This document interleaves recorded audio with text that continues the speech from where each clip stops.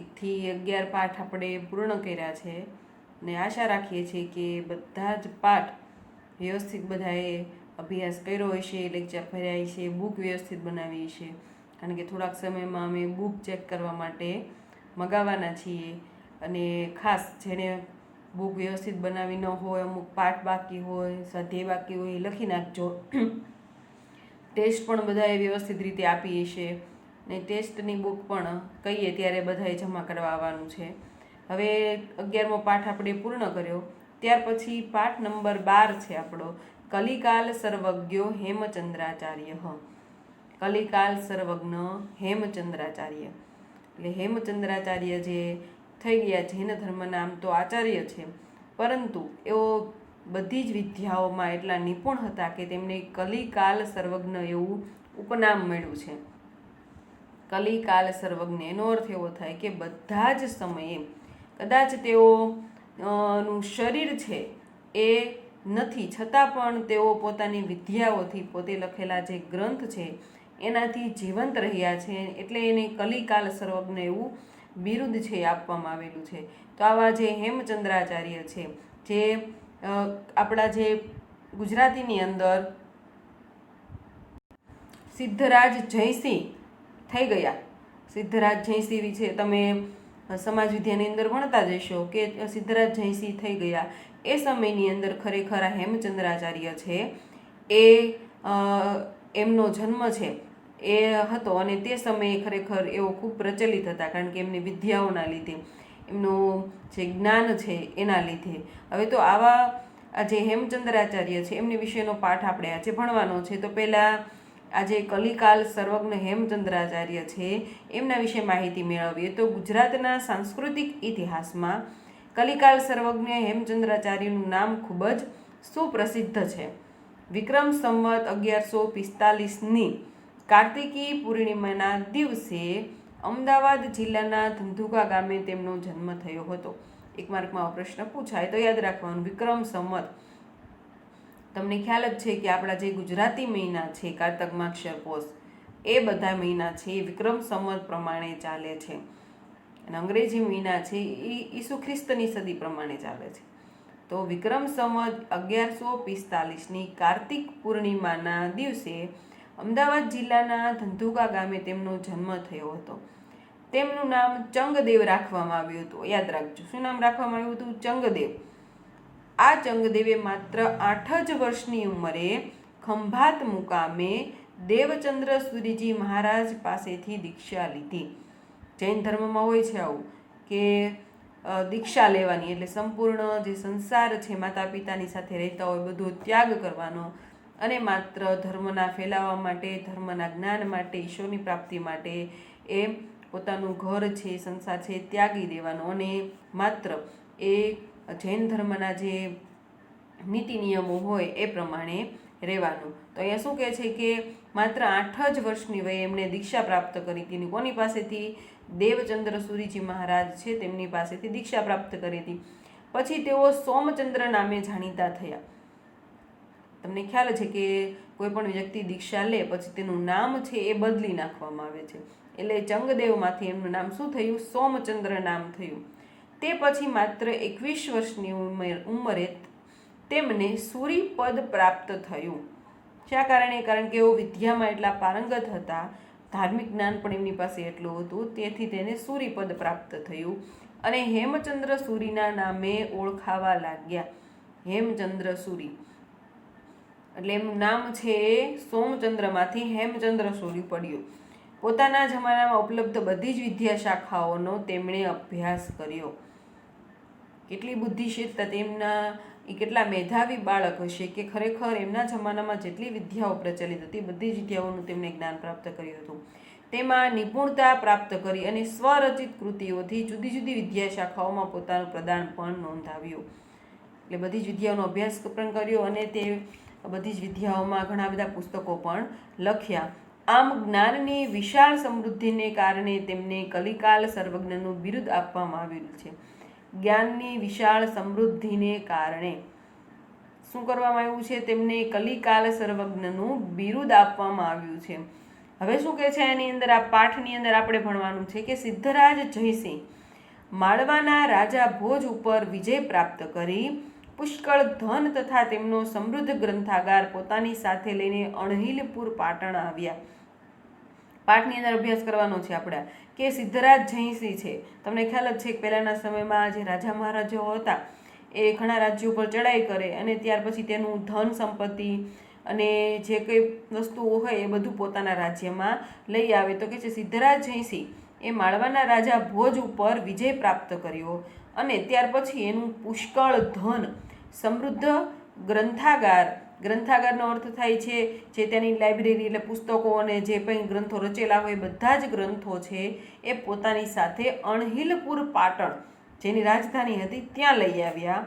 ત્યારે તેમને આવકારવા વિદ્વાનોનું એક વૃંદ પણ સામેલ હતું કે તેઓ વિજય પ્રાપ્ત કરીને આવ્યા છે, તો તેમને સ્વીકારવા માટે થઈને, આવકારવા માટે થઈને વિદ્વાનોનું એક વૃંદ એટલે સમૂહ એ પણ ત્યાં હતો. આ વિદ્વાનોના વૃંદના અગ્રણી હેમચંદ્ર સુરી હતા, કારણ કે તે સમયમાં જૈન ધર્મ છે એ ખૂબ જ પ્રચલિત હતો અને તે સમયે જે આ કે વિદ્વાનોનું આખું સમૂહ હતો તે સમૂહના નેતા છે, આચાર્ય છે તે હેમચંદ્ર સુરી હતા. હવે શું કહેવાય છે કે એમ કહેવાય છે કે કીર્તિ યસ્ય સહજીવતી, કીર્તિ યસ્ય સહજીવતી, કે જેની કીર્તિ છે તે જ માણસ જીવતો રહે છે. સમયનો સમય વીતી જાય છતાં પણ જેની કીર્તિ છે, જેનો યશ છે એ જ માણસ જીવતો રહે છે. શરીરથી ભલે મૃત્યુ પામી જાય પણ તેનો યશ છે, તેનું કામ છે, તેના પુસ્તકો છે એ થકી એ જીવતો રહે છે. આપણે પણ ઘણા પુસ્તકો એ પછી સંસ્કૃતના હોય, અંગ્રેજીના હોય, ઘણા બધા વાંચતા હોઈએ, ઘણા કવિઓના, લેખકોની કૃતિઓ છે એના વિશે આપણે અભ્યાસ કરતા હોય તો જરૂર નથી કે બધા જ જીવતા હોય, ઘણા બધા મૃત્યુ પણ પામ્યા હોય, છતાં પણ એનું જે લેખન કાર્ય છે એના દ્વારા એ જીવિત રહે છે. એટલે કે છે કે જેની કીર્તિ છે તે જીવતો રહે છે. આવી કીર્તિ લક્ષ્મીથી નહીં પરંતુ સરસ્વતીથી પ્રાપ્ત થતી હોય છે. શું કહે છે? લક્ષ્મીથી નહીં પણ સરસ્વતીથી. ખૂબ મહત્વની વાત છે કે લક્ષ્મી પૈસાથી નહીં, આવી કીર્તિ છે માત્ર જેની પાસે પૈસા, ધન અઢળક હોય એને પ્રાપ્ત થતી નથી, પરંતુ જેની પાસે સરસ્વતીનો વાસ છે, જ્ઞાનનો વાસ છે, એ જ્ઞાન થકી ખરેખર એ વ્યક્તિ અમર થઈ જાય છે. તે જાણી ચૂકેલા રાજા સિદ્ધરાજ જયસિંહે હેમચંદ્રાચાર્યને વિવિધ સાહિત્ય રચવાની પ્રાર્થના કરી, કારણ કે જ્યારે માળવા પ્રદેશ ઉપર વિજય પ્રાપ્ત કર્યો ત્યારે એમાંથી પુષ્કળ ધન તો પ્રાપ્ત થયું, પરંતુ સમૃદ્ધ ગ્રંથાગાર પણ પ્રાપ્ત થયું અને તે થકી ભોજ રાજાની જે કીર્તિ હતી એ પણ એમને જોઈ અને આ બધું જોઈને ખરેખર સિદ્ધરાજ જયસિંહને વિચાર આવ્યો કે માણસ છે એનો યશ એ સરસ્વતી થકી એ એની વિજય પતાકા છે એ ફેરાવે છે અને એની સફળતા એ મૃત્યુ પામે છતાં પણ એનું જ્ઞાન છે એ જ ખરેખર અમર રહે છે. એટલે એણે હેમચંદ્રાચાર્યને પ્રાર્થના કરી કે આપણે પણ એવું કંઈક એવી કંઈક વિદ્યા છે, એવો કંઈક ગ્રંથ છે એ આપણે ખરેખર એની રચના કરીએ કે આપણા સમયની જે કંઈ વાતો છે, જે કંઈ આપણા સમયની અંદર આપણે જે કંઈ કરી રહ્યા છીએ, જે કંઈ વિદ્યાઓ છે એ બધું જે ગ્રંથની અંદર સંગ્રહિત હોય અને એ યુગો સુધી અમર થઈ જાય. એટલા માટે થઈને સિદ્ધરાજ જયસિંહે હેમચંદ્રાચાર્યને પ્રાર્થના કરી અને ત્યાર પછી તેમની પાસે સંસ્કૃત વ્યાકરણનો એક અદ્ભુત ગ્રંથ તૈયાર કરાવ્યો, સંસ્કૃત વ્યાકરણનો, અને આ ગ્રંથનું નામ છે સિદ્ધ હેમ શબ્દાનુશાસન. સિદ્ધ હેમ શબ્દાનુશાસન, આ યાદ રાખજો, સિદ્ધ હેમ શબ્દાનુશાસન. સિદ્ધનો અર્થ થાય સિદ્ધરાજ, હેમ એટલે હેમચંદ્રાચાર્ય અને શબ્દ અનુશાસન એટલે સંસ્કૃતનો એક ગ્રંથ. એટલે આમાં બંનેનું નામ આવી ગયું, સંસ્કૃત વ્યાકરણનું નામ પણ આવી ગયું, એટલે એ રીતે યાદ પણ રહી જાય કે સિદ્ધ હેમ શબ્દાનુશાસન. ગુજરાતના સાંસ્કૃતિક ઇતિહાસની આ ઘટનાને ધ્યાનમાં લઈને આ પ્રસ્તુત પાઠ છે તૈયાર કરવામાં આવેલો છે. કારણ કે તમને ખબર જ છે કે સિદ્ધરાજ જયસિંહ છે એ ગુજરાતમાં થઈ ગયા, એ બધી વાત તમને ખ્યાલ જ છે કે અહીં એ તથ્યને ઉજાગર કરીને ઉપક્રમ રચાયો છે અને પોતાની કીર્તિ જાળવી રાખવા ઈચ્છતા દરેક માણસે સાહિત્યની ઉપાસના કરવી જોઈએ. હવે આપણે આ પાઠ છે એની થોડીક સમજૂતી મેળવી લઈએ. હવે જો આ પાઠની અંદર વાત છે કે ગુજરાતી સાંસ્કૃતિક ચેતનાનું નિર્માણ કરવામાં આ પ્રખર જૈન આચાર્યનો ફાળો મહામૂલો છે. એટલે જે હેમચંદ્રાચાર્ય છે એની વાત કરવામાં આવે છે કે ગુરુ દેવેન્દ્ર સૂરીના દેહ અવસાન પછી, તમને ખ્યાલ જ છે કે આ ચંગદેવ છે એનું નામ સોમચંદ્ર પડ્યું. શા માટે? કારણ કે એઓએ જૈન ધર્મ છે એ સ્વીકાર કર્યો, દીક્ષા લીધી એ માટે થઈને. પરંતુ કોણે એમને દીક્ષા આપી હતી? દેવચંદ્ર સૂરીજી મહારાજે. તો જ્યારે દેવચંદ્ર સૂરીજી મહારાજ છે એમનું અવસાન થયું ત્યારે હેમચંદ્રાચાર્ય જે છે એ પાટણ આવ્યા. તે વખતે પાટણ છે એ ગુજરાતનું પાટનગર હતું અને ત્યાં ચાલુક્ય વંશી સિદ્ધરાજ જયસિંહનું શાસન હતું. સિદ્ધરાજ હેમચંદ્રાચાર્યને બહુ આદર કરતા હતા, કારણ કે સિદ્ધરાજ જે છે એ ખરેખર વિદ્યાઓના ઉપાસક હતા. એટલે વિદ્યાઓમાં જે વિદ્વાન હોય એમનો આદર સત્કાર કરવામાં તે ક્યારેય પાછી પાની કરતા નહીં. એટલે તેમણે હેમચંદ્રાચાર્યને ખૂબ જ આદર સન્માન આપ્યું અને તે જ વખતે માળવાની માફક ગુજરાતને વિદ્યાધામ અને સંસ્કાર કેન્દ્ર બનાવવાની સિદ્ધરાજની ઈચ્છા હતી. કારણ કે એમને ખ્યાલ આવ્યો કે માળવા છે એ એની પાસે ધન સંપત્તિ તો છે જ, પણ એની સાથે સાથે એમની પાસે જ્ઞાનવર્ધક જે ગ્રંથો છે એનો પણ પુષ્કળ ખજાનો છે અને તેના લીધે ખરેખર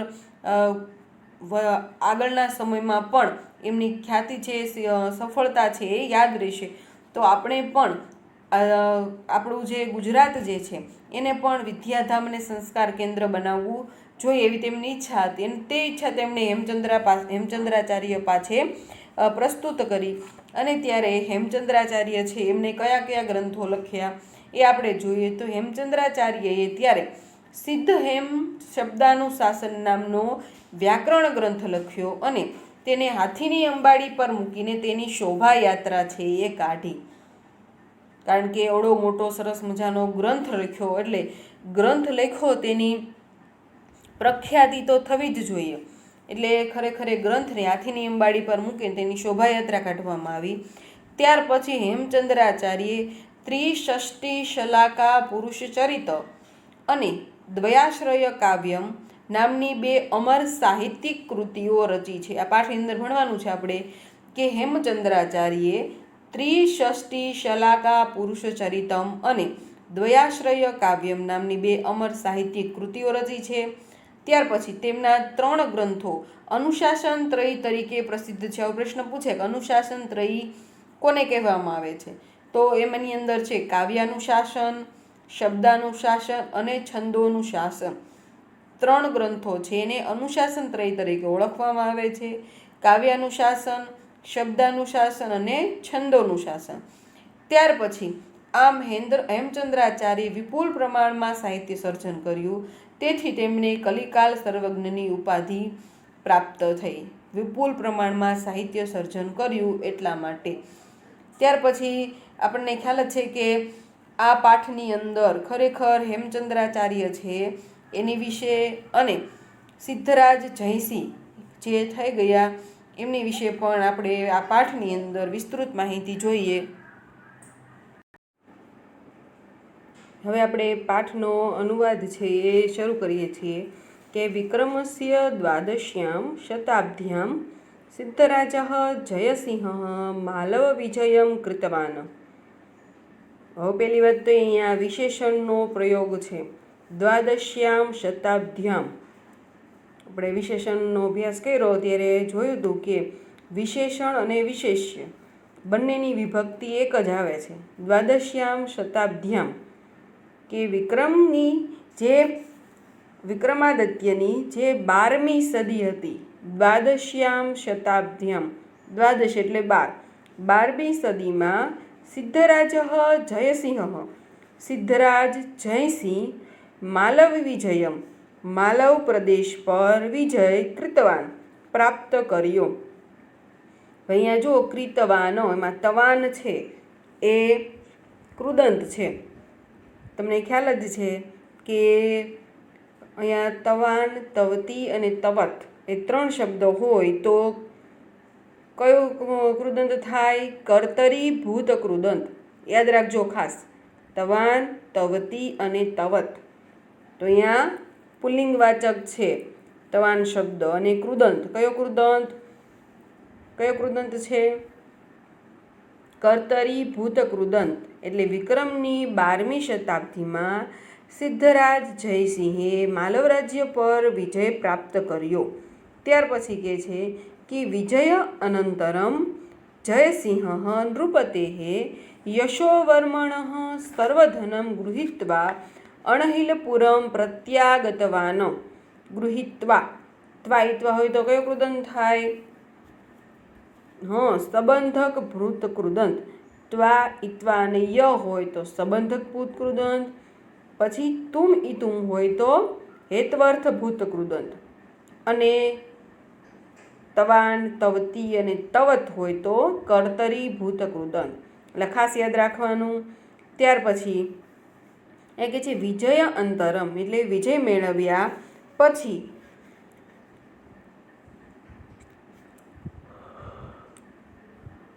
જયસિંહ નૃપતે યશોવર્મણ સર્વધનમ ગૃહીત્વા અણહિલપુરમ પ્રતિ આગતવાન. એની સંધિ એવી રીતના છૂટી પડે છે, પ્રતિ આગતવાન. વિજય રાજ્ય અનંતરમ એટલે વિજય પછી જયસિંહ નૃપતે યશોવર્મણ, જયસિંહ રાજાએ યશોવર્મણ એટલે યશોવર્માનું સર્વધનમ ગૃહીત્વા બધું જ ધન લઈને અણહિલપુરમ પ્રતિ આગતવાન, અણહિલપુર પાછો આવ્યો. પ્રતિ આગતવાન છે એટલે પાછો આવ્યો.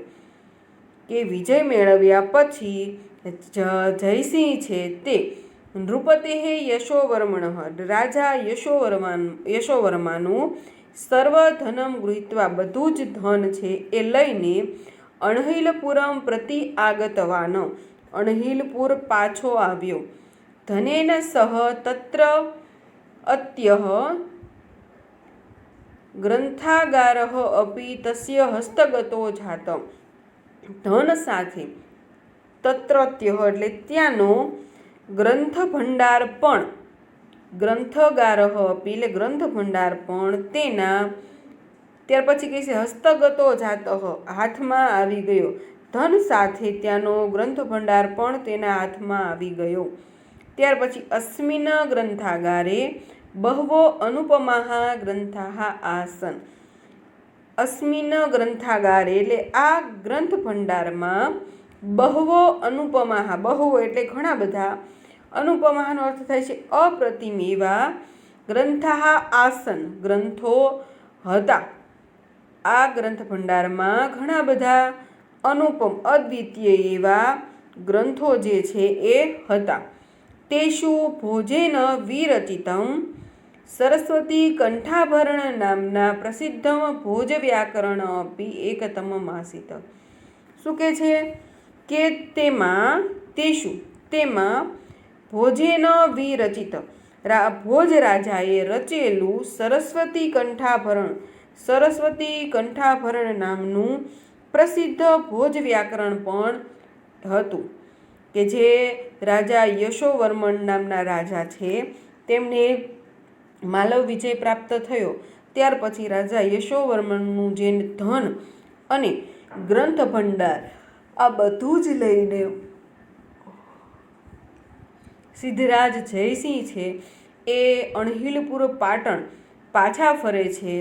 ત્યારે એમની સાથે જે રાજા યશોવર્મનનો ગ્રંથ ભંડાર હતો તેમાં રાજા ભોજનું રચેલું સરસ્વતી કંઠાભરણ નામનું એક પ્રસિદ્ધ ભોજ વ્યાકરણ પણ હતું. એક તમે યાદ રાખજો, આ પ્રશ્ન વારી ઘડીએ પૂછાય છે કે સરસ્વતી કંઠાભરણ છે એના રચયિતા કોણ છે, અથવા એમ પણ પૂછાય કે રાજા ભોજે રચેલું એક પ્રસિદ્ધ ભોજ વ્યાકરણનું નામ જણાવો. તો યાદ રાખવાનું સરસ્વતી કંઠાભરણ નામ છે હેમચંદ્રાચાર્યનું નથી. કોનું છે? ભોજ વ્યાકરણ છે. એટલે ખાસ યાદ રાખવાનું ભોજ વ્યાકરણ પણ એક હતું. હવે આખા પેરેગ્રાફનો અનુવાદ એકવાર જોઈ લઈએ તો વિક્રમાદિત્યની 12મી સદીમાં સિદ્ધરાજ જયસિંહે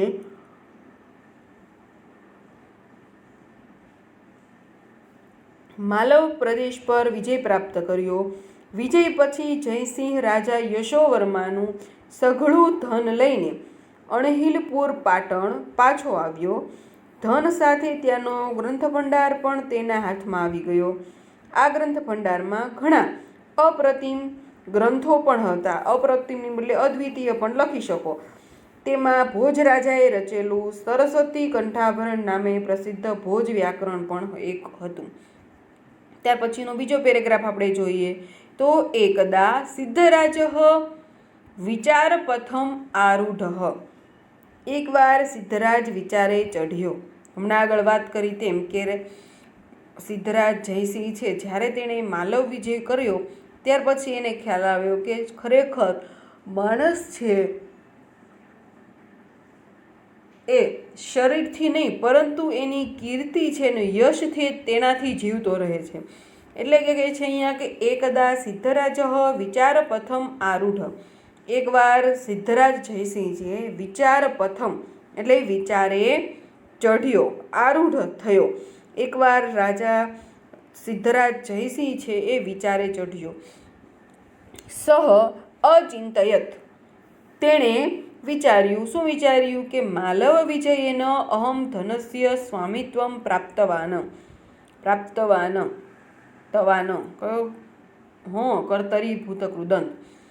માલવ વિજયેન અહમ ધનસ્ય સ્વામિત્વમ પ્રાપ્તવાન કે માલવ વિજયથી હું ધનનો સ્વામિત્વ થઈ ગયો, ધનના સ્વામિત્વને પામ્યો છું. તસ્ય ગ્રંથાગાર અપી મયા પ્રાપ્ત કે પરંતુ તેનો ગ્રંથ ભંડાર પણ મને પ્રાપ્ત થયો છે. કે માલવ વિજયથી હું ધનનો સ્વામી બની ગયો, કારણ કે માલવ વિજય પ્રાપ્ત થયા પછી ઘણું બધું ધન છે એને પ્રાપ્ત થયું અને તેનો ગ્રંથાગાર છે એ પણ પ્રાપ્ત થયો. ત્યાર પછી કહે છે પરંતુ ભોજ વ્યાકરણેન ભોજસ્ય યાદૃશી કીર્તિ વર્તતે તાદૃશી કીર્તિ મયા ન પ્રાપ્તા. શું કહે છે? યાદૃશી તાદૃશી એટલે જેવા પ્રકારની તેવા પ્રકારની. પરંતુ ભોજ વ્યાકરણથી ભોજસ્ય ભોજની યાદૃશી જેવી કીર્તિ છે તેવી કીર્તિ મયા ન પ્રાપ્તા એટલે તેવી કીર્તિ મને પ્રાપ્ત થઈ નથી. પરંતુ ભોજ વ્યાકરણેન ભોજસ્ય યાદશ્રી કીર્તિ વર્તતી તાદૃશી કીર્તિ મયા ન પ્રાપ્તા કે પરંતુ ભોજ વ્યાકરણ વડે ભોજની જેવી ખ્યાતિ છે, કીર્તિ છે તેવી ખ્યાતિ મને પ્રાપ્ત થઈ નથી, મને પ્રાપ્ત કરી નથી અથવા મેં પ્રાપ્ત કરી નથી. ત્યાર પછી કહે છે અતઃ એતાદૃશમ કિમ અપી કરણીયમ યેન મદીયા કીર્તિ અપી તાદૃશી ભવેત યાદૃશી ભોજસ્ય અસ્તિ. હવે આ પેરેગ્રાફની અંદર એ છે કે સિદ્ધરાજ જયસિંહ છે એ શું વિચારે ચડ્યો હતો કે ભોજ વ્યાકરણ નામનો ગ્રંથ છે, બરાબર.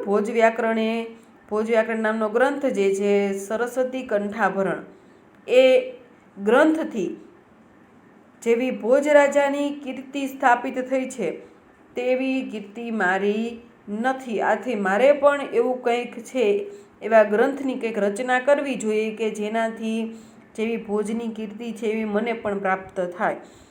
અનુવાદ આપણે ફરીવાર જોઈ લઈએ કે એકદા સિદ્ધરાજ વિચારપથમ આરૂઢ સહ અચિંતયત માલવ વિજયેન અહમ ધનસ્ય સ્વામિત્વમ પ્રાપ્તવાન. શું કહે છે કે એકવાર સિદ્ધરાજ જયસિંહ છે વિચારે ચઢ્યો. તેણે વિચાર્યું કે માલવ વિજયથી હું ધનના સ્વામિત્વને પામ્યો છું, ધનનો સ્વામી બન્યો છું. ત્યાર પછી કહે છે તસ્ય ગ્રંથાગાર અપી મયા પ્રાપ્ત કે તેનો ગ્રંથ ભંડાર પણ મેં પ્રાપ્ત કર્યો છે. પરંતુ ભોજ વ્યાકરણેન ભોજસ્ય યાદૃશી કીર્તિ વર્તતે તાદૃશી કીર્તિ મયા ન પ્રાપ્તા. પરંતુ ભોજ વ્યાકરણ વડે ભોજની જેવી કીર્તિ છે તેવી મેં પ્રાપ્ત કરી નથી. હવે ત્યાર પછી કહે છે કે અતઃ એતાદૃશમ કિમ અપી કરણીયમ येन मदीया कीर्तिः अपि तादृशी भवेत यादृशी भोजस्य હતી। તાદૃશી અને યાદૃશી એટલે જેવી તેવી। આથી એવું કંઈક કરવું જોઈએ કે જેથી મારી કીર્તિ પણ તેવી જ થાય જેવી રાજા ભોજની છે। ત્યાર પછી કહે છે કે એવમ વિચાર્ય સહ એટલે આવું વિચારીને સહ જૈન મુનિ આચાર્ય હેમચંદ્રમ પ્રાપ્તવાન નિવેદિતવાન। એવમ વિચાર્ય સહ આમ વિચારીને સહ એટલે તે જૈન મુનિ આચાર્ય જૈન ધર્મના આચાર્ય હેમચંદ્રમ પ્રાપ્તવાન હેમચંદ્ર પાસે ગયો। નિવેદિતવાન એટલે નિવેદન કર્યું। જો ફરીવાર એવમ વિચાર્ય સહ જૈન મુનિ આચાર્યમ હેમચંદ્રમ પ્રાપ્તવાન પ્રાપ્તવાન એટલે એનો અર્થ શું થાય?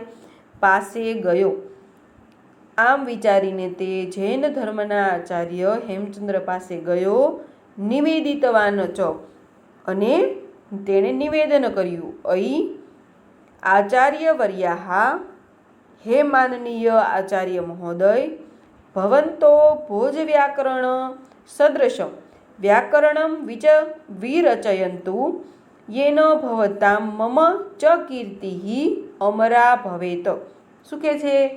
અય આચાર્ય વર્યાહ હે માનનીય આચાર્ય મહોદય ભવંતો એટલે આપ શ્રી ભોજ વ્યાકરણ સદૃશમ ભોજ વ્યાકરણ જેવું જ વ્યાકરણમ વિરચયંતુ એટલે શું કહે છે કે ભોજ વ્યાકરણ જેવું એક વ્યાકરણ રચો।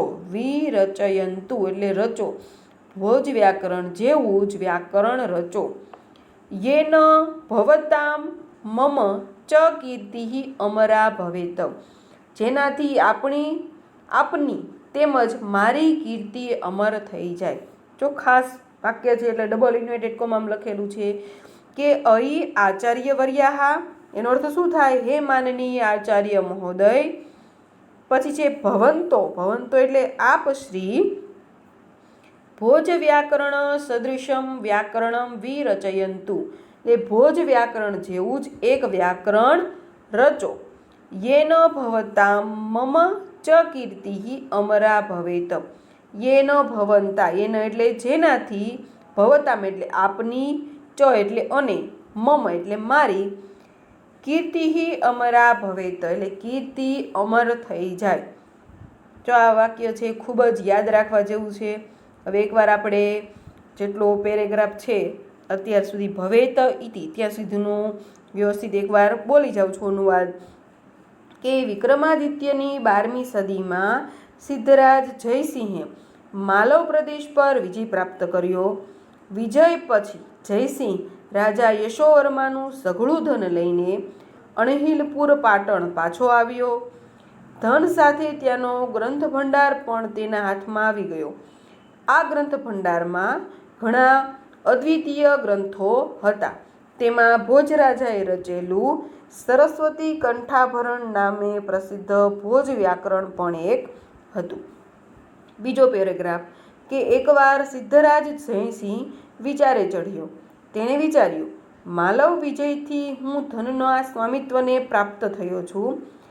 તેનો ગ્રંથ ભંડાર પણ મેં પ્રાપ્ત કર્યો છે, પરંતુ ભોજ વ્યાકરણ વડે રાજા ભોજની જેવી કીર્તિ છે તેવી મેં પ્રાપ્ત કરી નથી।